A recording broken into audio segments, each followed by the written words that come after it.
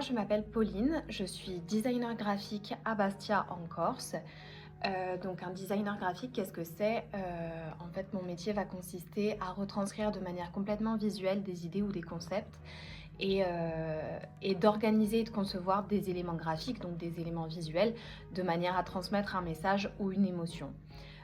Au niveau de mon parcours, j'ai commencé après un bac littéraire option art appliqué par une mise à niveau en art appliqué, donc appelée une MANA, là où on va vraiment tester toutes sortes de design, que ce soit du design textile, du design graphique, du design d'espace ou du design d'objets.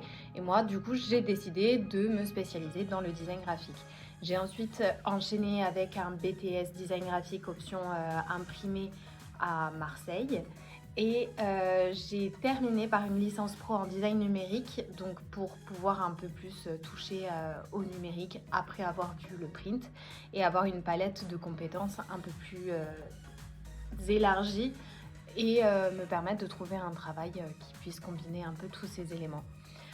Au niveau des compétences nécessaires, je dirais qu'il faut absolument connaître les principes de la composition, la théorie des couleurs, le concept de la typographie et ce qu'elle peut apporter à une composition graphique.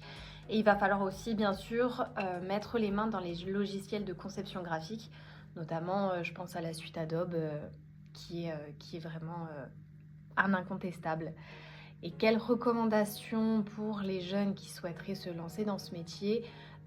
C'est de jamais baisser les bras, c'est un univers où ça peut être un peu compliqué de trouver une place et de se trouver soi-même en tant que designer, parce qu'on fait énormément de création.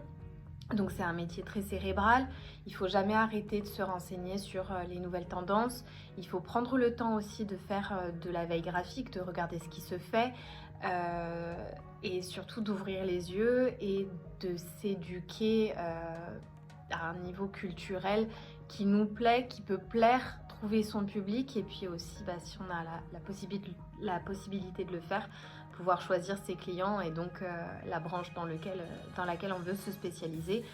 Parce qu'il y a plusieurs designers graphiques aussi, on n'est pas obligé de faire voilà, que des affiches ou de la publicité par exemple.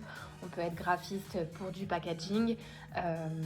Donc voilà, il y a énormément de choses à voir, à faire. C'est un super métier et il faut s'accrocher. Voilà.